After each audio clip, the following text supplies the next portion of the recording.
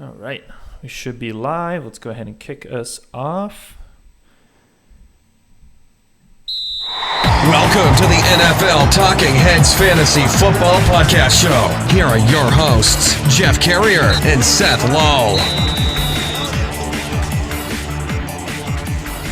Hello, everyone, and welcome into the NFL Talking Heads Fantasy Football Podcast Show. I am your host, Jeff Carey. He is Seth Lowe. Back for another great episode. We are all stuck in quarantine for the coronavirus, so Seth, no better time to talk about fantasy football than today. We just had the first day of free agency, more like a couple days because of obviously the pre-talking that everyone can do. The legal tampering, I guess, whatever they call it. So we're going to go ahead and break down Seth's new article that's on the website. It's on at NFLTalkingHeads.com. Make sure you guys check us out there. We're also streaming live to YouTube, Facebook, and Twitter. So be sure to join those platforms. Click the subscribe button so you get notified when we go live. You can go ahead and chat with us live and ask us any kind of questions that you might have. So, Seth, let's go ahead and start us off. You wrote an article, the 5 winners of free agency. I think that about most of the big moves have done, so I feel pretty confident that we've got most of the key players involved here. Give us an idea of where would you qualify this list in terms of previous free agency? I feel like we've got a lot of big names that moved around. So where do you think that these changes fall in terms of previous years? Well, the biggest quarterback year probably ever in terms of starting quarterback, switching teams. I put this list together by, I looked at obviously free agent signees, players that signed with the team, and then also trades. So for example, Stephon Diggs got traded to Buffalo, DeAndre Hopkins got traded to Arizona.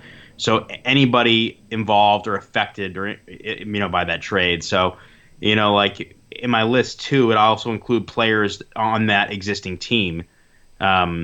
So if someone signs with a team, right, it could be a receiver or tight end on that team that is one of the biggest winners because they're going to have a better season because they have a better quarterback. So it was anybody involved in the trade or a team that was involved with the free agent signing, if that makes any sense. So it doesn't have to necessarily just be the player that signs in free agency or gets traded. It can be a player that was already on that team.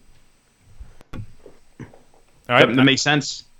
Yep, I like it. And the trades are part of free agency, right? That's part of the moves. Yeah, but I think this is definitely a big free agency year. I don't feel like I guess there is a ton of positional players. There's the quarterbacks, in particular, Tom Brady sucked up a lot of the oxygen. Everybody talking about the Tom Brady move. And then the big trade with DeAndre Hopkins going to Arizona, which caught me by surprise. I don't know how many people saw that coming. But a lot of other really good moves like Austin Hooper, or when I say good moves, like big time players moving. Austin Hooper signing with the Browns. And then again, a lot of these quarterbacks, Teddy Bridgewater going to Carolina, Nick Foles getting traded to Chicago, Brady going to the Buccaneers. It's a ton of moves. So we broke down. I put a list together of the five winners to this point, and we are recording right now. It is Wednesday evening. So anything that transpires, after tonight, just an FYI for everybody out there watching and listening. Any thoughts before I jump into the list, or what are your thoughts on the free agency so far and the trades? Anything that sticks out to you as maybe like a surprising move?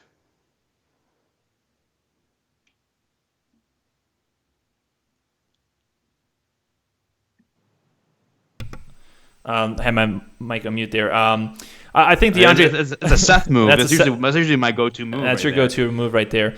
The DeAndre Hopkins ones obviously sticks out as a huge surprise. And the David Johnson, I don't think was a gigantic surprise in the sense of there was too many running backs here. You kind of felt like they had to do something. You weren't too sure if it's going to be them bringing back Kenyon Drake or what they were going to do there. So that one kind of made sense, but always kind of a little bit of surprising. Kind of went underneath the radar because of how much attention that Tom Brady was getting and his move. And of course, you had the whole Tom Brady move, which I think is probably a much, much bigger football move than necessarily fantasy. I don't know where you fall on that, but I don't think it has as much of a fantasy story as it did NFL story. So the David Johnson? No, the Tom Brady, like consuming so much of the storylines as you mentioned. Fantasy wise, I'm not too sure how much of an impact that has. So let's go ahead and start by did you number these as in number 5 winner? Well, no, I didn't put them in any particular order. I just ranked. I did put 1, 2, 3, 4, 5, but in no particular order. But we'll start with the biggest one, which is Tom Brady. And I do think that has a lot of fantasy impact. I don't necessarily think that. So let's look at it. I put Tom Brady as the biggest winner, and he probably is. If I was to rank them in order, he would be the biggest winner because he goes from a team who, if you think about it, outside of Julian Edelman, who's 33 years old, they had Philip Dorsett they were throwing the ball to, N'Keal Harry, who really only played half a season and was kind of a bust, Cordero Patterson. Right, they just had, or we see the season before. He had no one to throw the ball to. They had Benjamin Watson as a starting tight end. They didn't use James White nearly enough as they should have in the passing game. No running game. So you look at the fact that they had no tight end to throw the ball to, literally none. He was the bottom 5 team in terms of tight end usage because he had no tight end to throw the ball to. His number 1 receiver was a 33-year-old slot receiver in Julian Edelman. And really nothing else, no outside threat whatsoever to speak of. He goes to Tampa Bay with arguably the best 1-2 young wide receiver punch in the NFL. When you look at Mike Evans and Chris Godwin, both in their prime, both in their 20s, complete studs. Brady has never had that. And then they also have 2 tight ends who are, they weren't lighting the world on fire last season, but they had respectable seasons. Tampa Bay was 10th in the NFL in terms of total targets for tight ends. Cameron Brate and O.J. Howard each had respectable seasons. And I think you're going to see Tom Brady in the past. He's relied on tight ends. I think that's going to help Tom Brady having the tight end, more talent at the tight end position, having those super talents and Chris Godwin, Mike Evans. He's got Bruce Arians. Some people disagree on the fit with Bruce Arians. Is it a good fit? Because a lot of people don't think Brady can push the ball down the field as much as he did in the past because of his arm strength. I'm not worried about any of that. I think it's a great fit because I think the bottom line is I think that they're going to be an aggressive offense and they have all the weapons in the world to put around Tom Brady. And I think Tom Brady's going to be extremely motivated going to Tampa Bay. This is a new start for him. I think he's going to attack it. He does not want everybody to look at him as somebody who was a system quarterback or was benefited from having the best coach of all time. I think he's going to want to show up day one, and I think he's going to have a great season in Tampa Bay. Dramatic upgrade from Jameis Winston. They're going to be much more efficient. I love the move. We can talk a little bit later about how Mike Evans and Chris Godwin, if they're winners or losers because of this.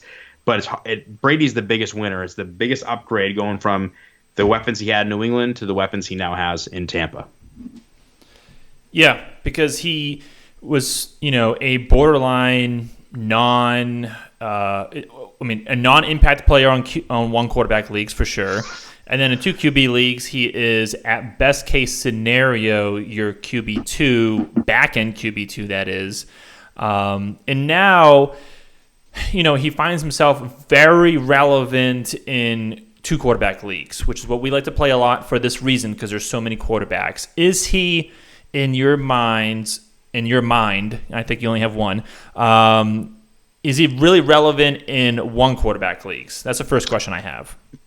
I think so, because I just think he is such an upgrade in talent. And the other thing is, there are some games in New England, whereas, we call it more game script oriented, where they play a team and they would just run the ball 30, 35 times. And Brady would they get in the red zone, he'd just hand the ball off. So Brady would have those games where he wouldn't throw that many touchdown passes. And I think in Tampa Bay, the way their team is constructed and with Bruce Arians, I think he's going to have a lot more there's going to be a lot more consistency from game to game. I think he's going to be throwing the ball a lot more and he's going to have more success throwing the ball, especially down the field because he has those weapons. So I think in one quarterback leagues, I think Brady's definitely in the picture. I think he's, this is a different conversation for a different day, but his ADP might be a little too inflated for my liking. I think his ADP might be giving him a little bit too much credit. But I think he's absolutely one of the 10 best fantasy quarterbacks that I would want to have starting for me.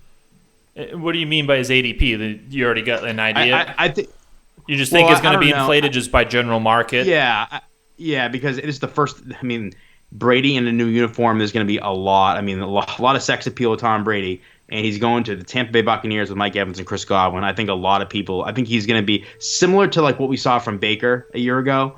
Not maybe the best comparison in terms of the situation being the same. And Baker was a second-year quarterback last year. Brady is a 43-year-old quarterback going to a new team.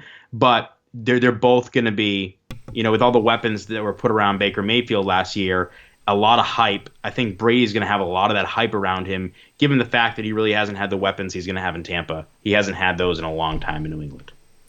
So. Yeah, and in like a two quarterback league, he's probably going in the first 2 rounds, right? First 2 or 3 rounds. Wow. And I mean, if that's the first case, 3 rounds. If that's the case, then yeah, his stock would be way too high. I don't think that's going to be the case, though. I think he's going to be more of where you got Carson Wentz last year, kind of coming off of a bounce back year. So that's always going to kind of hold him back a little bit.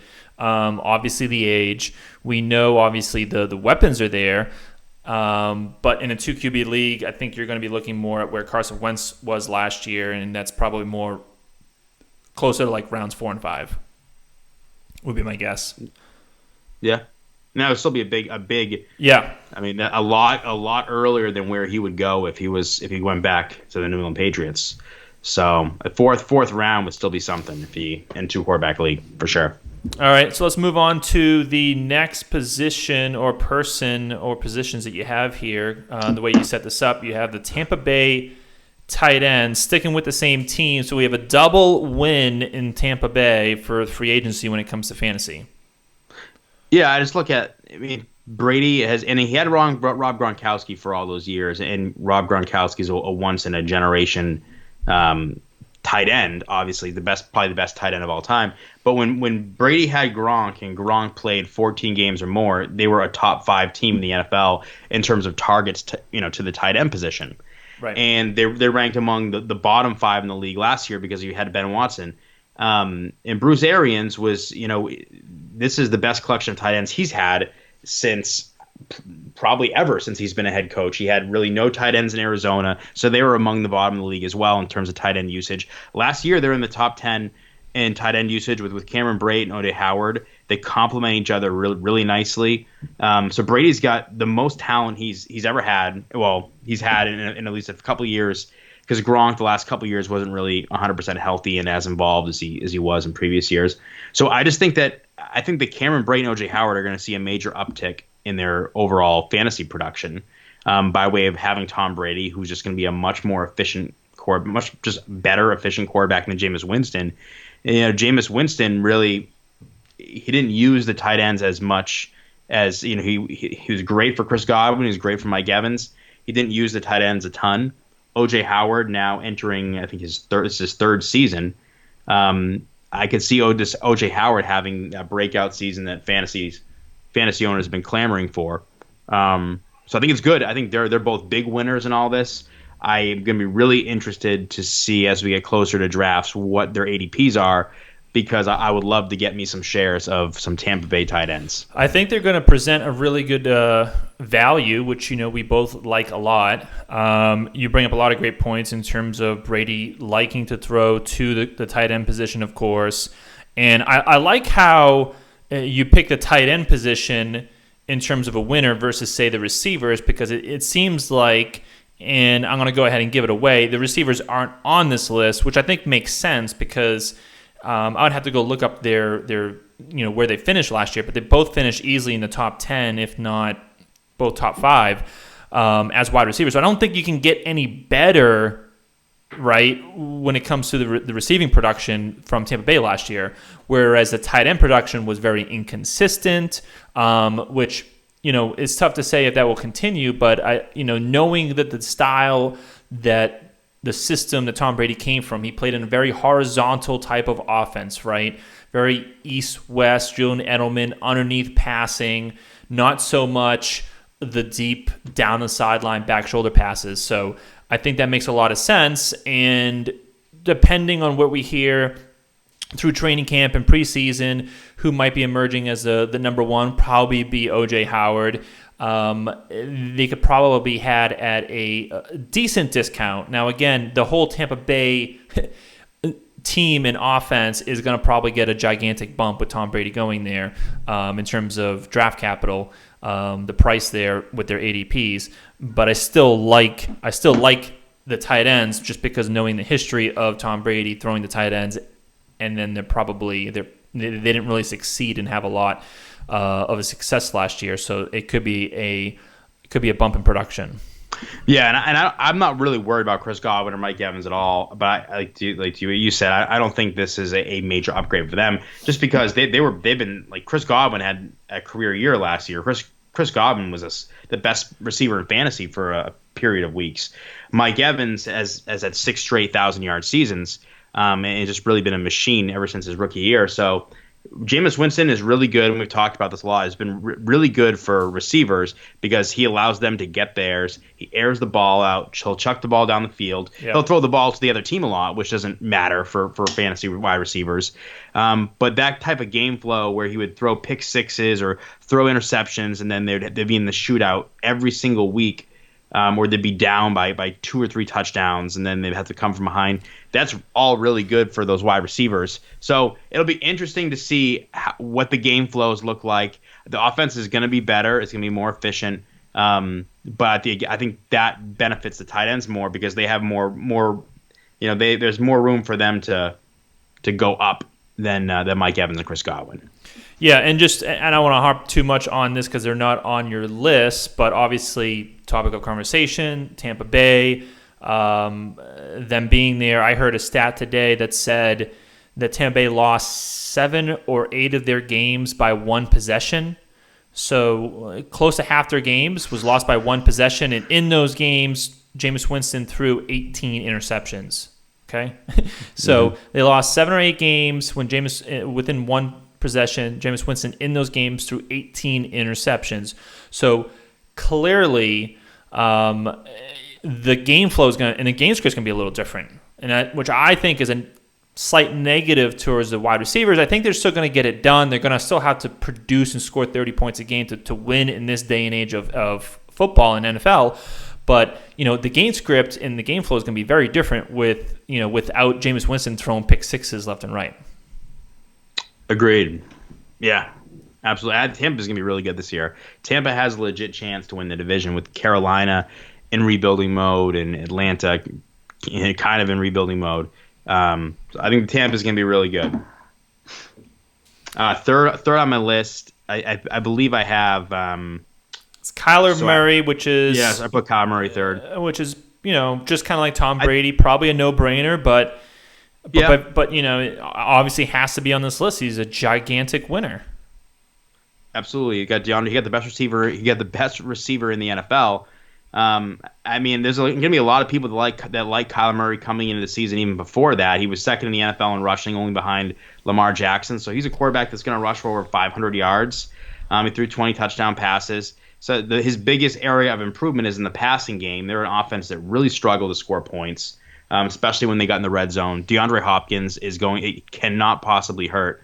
And again, DeAndre Hopkins, without spoiler alert, will probably be on my 5 losers just because right he was such a stud. How do you get a better situation than what he had in Houston? Wide receiver switching teams kind of always worries me for the wide receiver in their first year with the new team. Right. But for Kyler Murray, he just got a new toy to play with, and he has DeAndre Hopkins and Christian Kirk.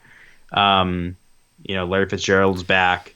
Huge win for Kyler Murray. Yeah, so in his second year, I think it's Kyler Murray is big winner. Not much else to say on that, but he got the best receiver in the NFL. So yeah, there's not a lot to talk about. Let's maybe forecast a little bit in terms of Who would you rather have, Brady or Kyler Murray? Kyler Murray, not even close.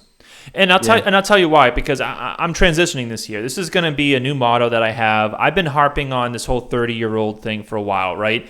And it almost seems like nowadays there's not really many good 30-year-olds to consider.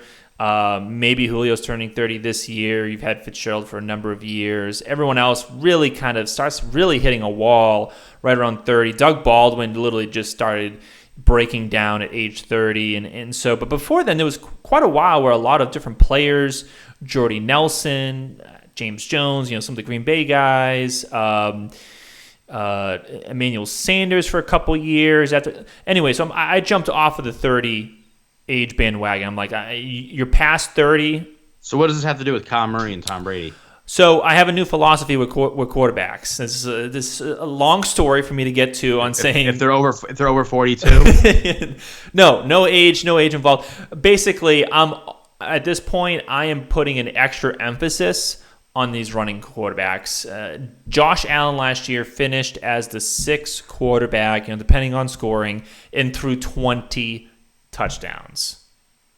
The interesting thing with Tom Brady though is, so yes, he's not gonna give you any rushing yards, but his numbers are gonna have to be better because the New England Patriots defense was so good. They didn't need him to do anything. They just needed him to not lose the game, and it wasn't really his fault. The offense was terrible, but he goes to Tampa Bay. They don't have the defense that New England has. Bruce Arians is the coach, more aggressive than Bill Belichick, and he's got much better weapons. Brady is going to have significantly better numbers than he did his last couple seasons in New England. He's going to have to. They're going to have to ride him. Whereas in New England, they had such a great defense. Their defense was probably a better offense than their offense was for most of the year. No, I get it, but in that case, I'm still going to take Kyler Murray because he's going to be able to gobble up. How many touchdowns on the ground? Like Tom Brady's going to throw an extra 10 just to overcome just the yards on the ground. Never mind the rushing touchdowns, which especially if you're playing in a 4 points for passing touchdown league is another big one. So let's throw another example though. I don't know if that's probably a good example, but let's throw out another one that probably pushes me towards a bit closer. Like I'm going to take Kyler Murray over, and I don't know if this person's on your list or not. Interesting. Josh Allen is not on your list. I'm sure he probably just missed it. Yeah, so there's a lot of credit. I almost put Ryan Tannehill on, but then, I'd like to see a full season. Ryan Tannehill just because he came back? Is that why? Because he had a really good second half of the season, and A.J. Brown's a second year. A.J. Brown really came on in the second half of the year. So did Derrick Henry. So I'd like to see the whole band back together with a full season. But I left him off because it's Ryan Tannehill. I want to see him prove it over a full 16-game season. And also Ryan Tannehill had five rushing touchdowns, which you have to think that that's going to regress a little bit back to the mean. Always does with quarterbacks when you see a lot of rushing touchdowns. Yeah, he also had Derrick Henry also had an enormous amount of touchdowns, like inside the 5 and 10. So that also might help in his favor in terms of regressing to the mean. So let's go back. Josh Allen's not on this list, which I probably would have put him. It's a close call because your list is good and there's a lot of winners. But would you take Kyle Allen or Josh Allen? Kyle Murray. Kyle Murray. Yeah. I'd definitely take Josh Allen over Kyle Allen. That's for sure. No. Kyler Murray or Josh Allen. I had Kyler Murray in one of my leagues. The league one of our leagues we're in together last year. So I might be a little biased because he was beyond frustrating. Kyler Murray. Kyler Murray. I think he's got a little more upside than Josh Allen. So I think that's the case for Kyler Murray. I would lean towards Kyler Murray, but I don't know. It's really close. It's really close. I think he has more upside. He's got Hopkins. Allen got Diggs. You really can't go wrong either way. All right, so that's probably the spot we're at. I think. I got a better one. You got a better one. Okay. Deshaun Watson or Kyler Murray. I'm gonna have to say Kyler Murray. I think I have to go back and look at the numbers, but I think Kyler Murray. See, I would still go I would go to Deshaun Watson, but I think it's like razor thin. Razor thin. I have to look at some of the numbers. Here's a couple of things that I have to consider. One is how many yards did Kyler Murray actually throw for? Like, what's like? Is it kind of deceiving in terms of like, because there are certain times where they're running a lot in Arizona. They had weird game scripts, so I like to dive a little bit deeper into the actual passing yards. And we play in a couple leagues, Seth, where it's actually -1 for sacks. I like to look at that. That's almost a guarantee to not go with Deshaun Watson. He loves to get sacked and hit the most. That's probably kind of more of a specific thing. So I would probably lean towards Kyler Murray. I mean, especially with getting the additional weapons. I would probably lean towards that right now. The number, he only had 100 more passing yards. He had 6 more passing touchdowns, but less rushing yards. And then he loses DeAndre Hopkins. So that I might have to rethink that. But yeah, well, I'm glad I could sell you in seconds. That's just what I do. Yeah, no. See, I'm like you. I admit when I can actually change my mind as new information presents itself. So no, if it was right now, I'd still probably take Deshaun Watson. I think Deshaun Watson's a better, more proven quarterback, but it's close. Kyler Murray, his numbers look a lot better than like having him when you have him on a week-to-week basis as a fantasy owner. Yeah, it's extremely frustrating. All right, so let's move along to number 4. It's a big winner right here. I mean, no doubt. I'd like to know what his age is here. T.Y. Hilton. So he's 30. He's 30. He turns 31 in November. Oh, interesting. There's that. But T.Y. Hilton. But he's a winner, regardless. Yeah, he had the worst year in his career last year. He missed 6 games. And you always think of T.Y. Hilton as injury prone, but he's right. No, he's played consistent. I think 15 or more games every other season. It's just he's week to week. He's always questionable with some sort of injury, but he always plays. It's as simple as he goes from having one of the worst quarterbacks in the NFL to Philip Rivers, who is still pretty good. Philip Rivers is going to get protected. The Colts have one of the best, maybe the best offensive line in the NFL, which is what Rivers needs. He's probably the least mobile quarterback. And Jacoby Brissett, they were, I think, bottom 10 in pass attempts, and then they were third to last in passing yards. And even with that being said, Hilton was on pace, had he played 16 games, to finish with just over 800 receiving yards, which isn't terrible considering he had Brissett. So I just think and remember, he started pretty decent last year, did he not? Like, everyone was, like, oh, see, he went for a value because he dropped in the draft, and then Brissett was still able to get him the ball early. Probably a lot based on touchdowns early, but still he was productive for the first few weeks, if I recall, and then things started getting really bad for him, and the injuries started piling up. But yeah, I think he's a big winner because he's somebody that if they were to run it back with Jacoby Brissett, I would just be so uninterested in T.Y. Hilton. Maybe he'd be like a 4th or 5th round guy, and I would just I have no interest in having him because his upside is so capped with Brissett because of the offense. Right. Where now I look at him like the old T.Y. Hilton. He's somebody that he'll probably still be I don't know, off the top of my head, like end of the 3rd, 4th round receiver, but he has some upside now because he has Philip Rivers throwing the ball to him. Yeah, and so this brings up a different question. I agree. He's a winner in free agency, no doubt. He has Philip Rivers. Philip Rivers can still feed the ball to wide receivers just like Winston can. However, if I'm looking at this and just hearing you talk right now, I can already hear a market, applause for T.Y. Hilton going into this year. Knowing he's already 30 going into 31. By the way, finally started breaking down last year. Remember Doug Baldwin? We were like, well, he was healthy every other year except for this past year. Then he started breaking down back-to-back years. So that's a huge red flag for me. And 2, if his stock is going to be in the 3rd round, I'm completely out.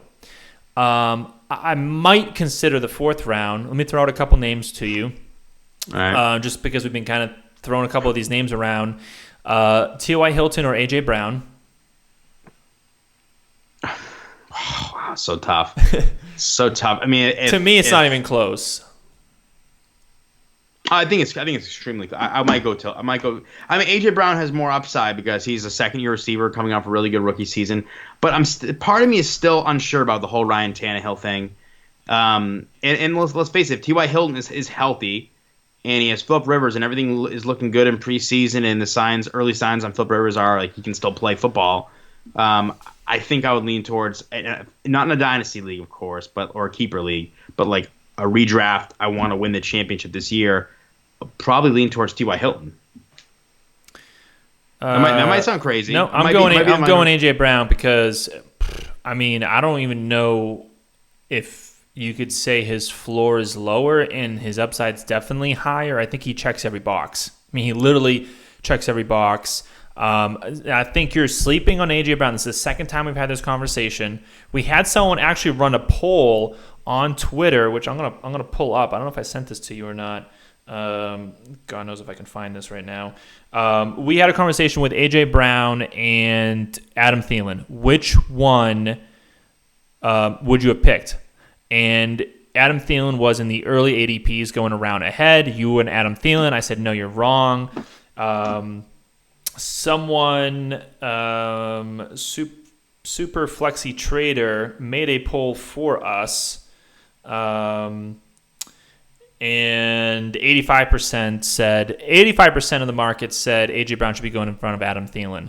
So if it's super close with AJ Brown and T.Y. Hilton, where is your Adam Thielen, T.Y. Hilton breakdown? Well, I think I would. That's so tough. This one's a lot closer. This one is a lot closer. Well, I think you're just missing the boat on AJ Brown right now. I think you're off on that. I think you're going to come to my side. I think I lean towards Adam Thielen over Hilton. I think it's so close. All three of them are pretty close. And as we get closer to the season, I might say AJ Brown because he had over 1,000 yards and 8 touchdowns his rookie season. Yep.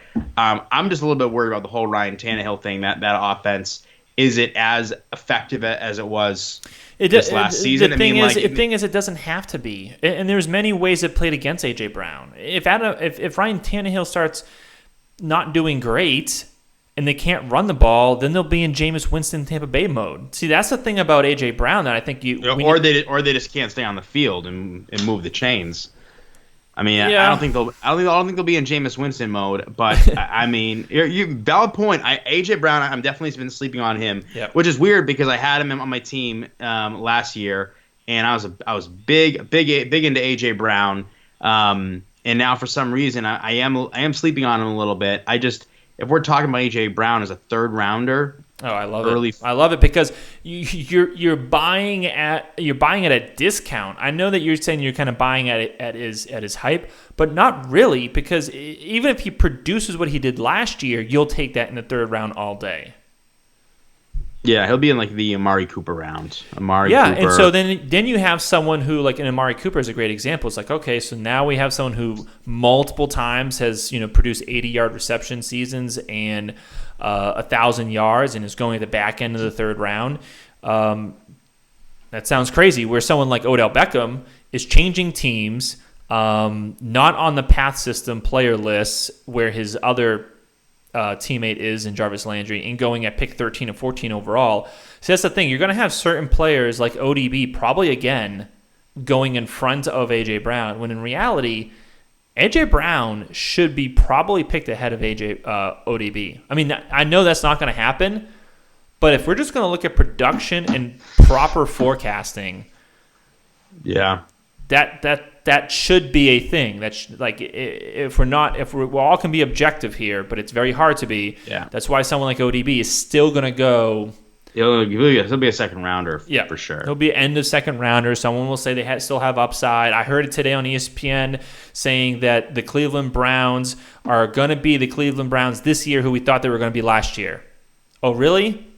Well, I could see that though too. I mean, Odell Beckham, as bad of a year as he had, and as big of a car crash as the Browns were, he's still over 1,000 receiving yards. This guy literally he'll put up big numbers, and he had 74 catches too. His touchdowns were low, only 4. But I am going to be a little bit higher on back, but we can talk about that on a different episode. So my last one that I had. So we're good with T.Y. Hilton. I think, and again, I think he's a winner. That doesn't necessarily mean, just because I put someone on the list as a winner, that doesn't mean I love them. Right. Yeah. Good comment. With their value, he's a winner because his value is he's better. His fantasy prospects overall are better than it was prior to the move. Exactly. But I don't see myself having many shares of T.Y. Hilton. I mean, I like him a decent amount, but I don't love him. But again, a lot of the stuff with the ADPs, as those start to take form, we'll have better opinions on a lot of the stuff. Because right now, everything's up in the air. We don't know what the ADPs look like. We don't know where we're gonna have to draft some of these players. Right. But in general, I think this gives him a big bump. I think the market is going to overreact on this. So I think that this is why we're saying we're probably maybe not going to have a lot of shares, because we're anticipating the market to like it more than we are. But a couple other, just points, real quick bullet points, and then we can go on to your number 5. Indy likes to run the ball more than pass if they can get away with it, right? As in they can control the lead, stay in the lead, that type of thing, like Tennessee. Phillip Rivers was not very successful at producing a very good Keenan Allen last year, right? It was one of Keenan Allen's more lackluster years, and also didn't produce very good with Mike Williams or anyone else, really, besides the running backs check downing. So I think one under the radar look in Indy might be the running backs. But so what I'm getting at is Phillip Rivers might have lost his touch too. On top with the team also wanted to be a running first team, and then T.Y. Hilton breaking down last year and being 30 years old. I think there's enough red flags there for me to early on be off. And now your mic is on mute now. There they go. Back to my go-to mute. Still a big upgrade over Brissett. So all fair points. Yeah, sure. Rivers, yeah. I don't know, how much I feel like with him and Brady though. I do think that they're both going to be rejuvenated a little bit going to new teams, and I think you're going to see a good season out of Phillip Rivers, just like you're going to see a good season out of Tom Brady. Last player on my list, we got none other than Will Fuller. So probably one of the most frustrating players to own as a fantasy owner. Yep. Because he's not only does he only play half a season every year, if that, even the games he plays, it's like, is he going to leave the game in the first drive because of a hamstring injury, or he's healthy now, he's coming back. I'm going to put him in my starting lineup, but is he going to make it through the whole game? Maybe all this stuff with Will Fuller. But I have him on this list. You have to put him on this list because there's no DeAndre Hopkins. Now, they signed Randall Cobb, so you have right now Randall Cobb and Will Fuller. Kenny Stills, I think, is still in there, right? So you have Kenny Stills, Randall Cobb, and Will Fuller. Like, Bill O'Brien must really hate Deshaun Watson. Like, he must really it seems personal at this point. I mean, you take away DeAndre Hopkins, they have no tight ends, really no running backs, because I don't think we even know if David Johnson's good anymore. Bums for wide receiver. So Will Fuller, due to the uptick in volume that he should get as the number one receiver, if he can stay on the field and play, 13, 14 games, he's somebody that he's I don't know, probably a third round, fourth round player, like in terms of talent. Get a couple monster games. Let's put it this way, when Will Fuller is healthy, he is a must start every single week, completely matchup proof with a ton of upside. You got to put him. He has to be on the list. Yeah, Will Fuller is going to be a polarizing player in the fantasy community this year. I'm sure podcasts are going to be all different on him, up and down. Fans, he's going to be a polarizing player because of the range of outcomes, right? Anyone who has a large range of outcomes, as he's going to have the range of outcome of finishing as a wide receiver 4 because he got hurt all year, or he's got legitimate, I honestly believe, top 5 wide receiver upside. Like, without DeAndre Hopkins taking 27% target share, like, that's the thing that got me so interested in Juju last year. That was like, wow, if you remove Antonio Brown's target share percentage and they're still throwing a ton, this is like, the upside is bonkers. Like, it's just, it's like history recording, and you want to get a piece of that. So he's going to keep elevating as we get closer to the draft, because a couple of things. One is people are going to keep talking about it and keep talking about the upside. And two, if he's healthy, he's closer to being healthy week 1, so people will be like, okay, maybe he's safe to at least pick in the 3rd round and start him right now. I could see him creeping all the way until the end of the 2nd, which might be bonkers. He's gonna be the hardest. Yeah, he's gonna be the hardest player to draft. He's gonna be the hardest player to draft because you're gonna have to pay for the version of Will Fuller that plays almost a full season. Yep. And there's a chance that he'll only play half a season again. Yep. But the main difference with him and Juju is we know Will Fuller can play on the outside, which gives him much more upside.